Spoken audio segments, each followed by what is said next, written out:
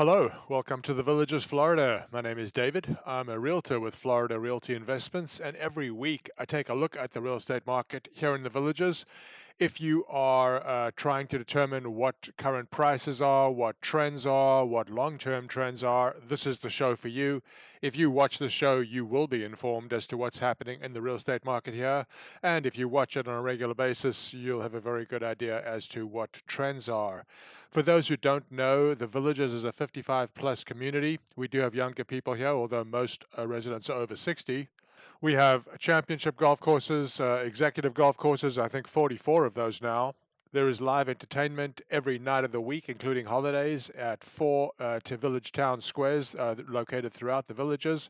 We have recreation, shopping, dining. I think over 3,000 clubs for every type of interest and activity, and too many social activities to mention.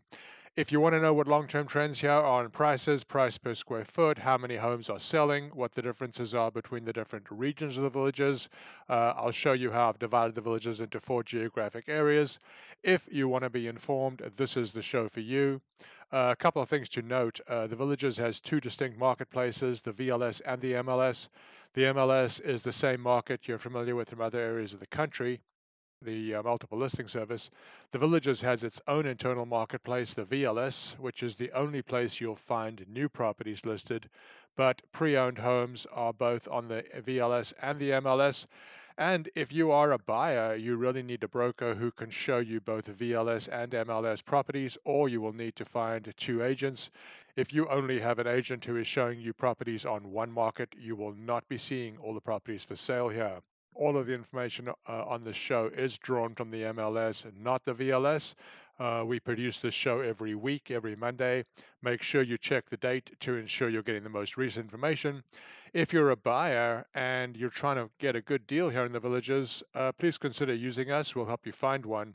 And if you're a seller and you're trying to maximize your return, I hope you'll consider using us to achieve that end. If you need to reach me, I can be reached either at DavidisinFlorida@gmail.com or at DavidisinFlorida.com. And if you find this information valuable, please consider liking or subscribing to the channel. It really helps us with the YouTube algorithm. Let's take a look at what's happening this week. We start every week by taking a look at interest rates. Since homes are often financed with 30-year mortgages, interest rates do play a factor in the value of real estate. And what you're looking at here is the interest rate on the US 10-year Treasury note. Ever since the Fed lowered rates in the middle of September, interest rates have basically gone straight up. And for those who are confused, I'll point you to the fact that the US is borrowing more money than it ever has before and at an increasing rate. So if you expect interest rates to drop, it's hard to imagine that happening against that backdrop. So now let's zoom in on the Villages itself. I'm going to orient you geographically. The Villages is located in Central Florida. We're about an hour north of Orlando and about an hour south of Gainesville, right in the middle of the state. The map you're looking at is showing you all active listings on the MLS. On these maps, the size of the property is the size of the circle, and the color of the circle is its price per square foot. There are five different sizes of circle and five different colors. The larger the circle, the larger the home. The brighter the circle or the lighter the circle, the more expensive per square foot. And I'm going to zoom in on the Lake Sumter area and switch back and forth between the price per square foot that we've been looking at and just the price. And as I switch back and forth, I hope you can see that looking at it on a price per square foot basis does show us properties that should be investigated as potential deals. So let's look at all listings, which this week number 529. These are active Village MLS listings. Only 523 last week and only 315 a year ago. Currently, the lowest priced home in the Villages is 159,000. It's been on the market 59 days and it's the same price originally listed at. Most expensive home just under 2.9, originally 2,950. It's been on the market 112 days. 529 active listings is the highest number we have seen here. Here we look at the median time on the market for all MLS listings. This week, 61 days, the median time. Last week, also 61 days. Last year, it was only 44 days. And it is unusual to see the median time on the market remain this elevated for this long. This is a graph that everybody seems to focus on. We're looking at the median list price for all homes currently active on the MLS. This week, median price of 258.16, up slightly from last week's 258.02, but down from the 262.85. That was the median list price for MLS listings last year. So I'm going to show you a couple of maps. Let's start by taking a look at how I've divided the villages up into 4 geographic regions. The first I'm calling the north. This is everything south of 42 and north of 466. This does include the older areas of the villages. And currently in the north, there are 240 active listings. Last week, there were 225. This is the area I'm calling the Mid-North. This is everything south of 466 and north of 466A. This area lies between Lake Sumter Town Square and Brownwood Town Square and is one of the most popular areas in the villages. Currently in the Mid-North, there are 147 active listings. Last week, 146. This is the Mid-South, another popular area in the villages. 71 active listings. Last week, 70. Once again, these maps are showing you all active listings on the MLS. The size of the circle denotes the size of the property, and the color of the circle denotes its price per square foot. Larger the circle, larger the home. Brighter the circle, more expensive per square foot. And this is the area that we're calling the South. This is the newest area of the villages. This week, there are 65 active listings. Last week, there were also 65. As I said, this is the newest part of the villages. So now that you have some idea as to how I've divided the villages, let's take a look at how they differ. Here we're looking at all MLS listings, 523 this week. Smallest home, 672 square feet. Largest, 3,934. Price per square foot ranges from 145 to 776. And prices in the villages currently range from 159,000 to just under 2.9 million. Now I'm going to break it down by region. We're looking at the north, 240 active listings this week. Smallest 672 square feet, largest 2,687. Price per square foot ranging from 145 to 395, and prices in the north ranging from 159,000 to $825,000. This is the Mid-North, 147 active listings this week. Smallest, 1,090 square feet. Largest, 2,489 square feet. Prices range from 269 to $1,003,000, and on a per foot basis from $208 a foot to $675 a foot. This is the Mid-South, 71 active listings. Smallest 1,156 square feet, largest 3,934. Prices from 280,000 to just under 2.9 million, and on a per foot basis ranging from 216 to 776. And this is the South, 65 active listings this week. Prices range from 255,000 to 1,275,000 per foot, ranging from 223 to 536, and sizes of the homes for sale in the South ranging from 961 square feet to 3260. Before we move on from listings, I want to give you some idea as to where the properties are located by price. First, we're going to look at those properties under 100,000, of which there are none. Now we'll look at properties that are under 200,000. There are 7. They are all in the historic section of the villages. $200,000 to $400,000, these 265 active listings. The $400,000 to $600,000 price range, there are 185 active listings. These are the listings between 600,000 and 800,000 on the MLS. There are 39 of them. Notice as the price gets higher, the circles denoting size get larger and brighter, denoting a higher price per square foot. These are the homes between 800,000 and a million. There are 15 of them.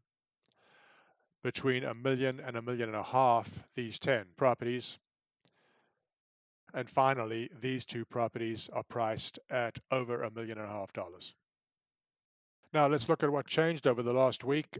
We think that following new listings and pending home sales gives us a good idea as to supply entering and leaving the market. Last week, 46 new listings and 44 pending sales.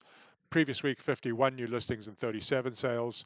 Last year, there were 30 new listings and 34 homes going pending. And this graph is just a summary of the previous graph, which is the difference between new listings and homes going pending. As I said, last week, 2 more homes were listed than went pending. The previous week, 14. Last year, during the same week, 4 more homes went pending than were listed for sale. I'm going to give you just a few data points on the homes that went pending last week.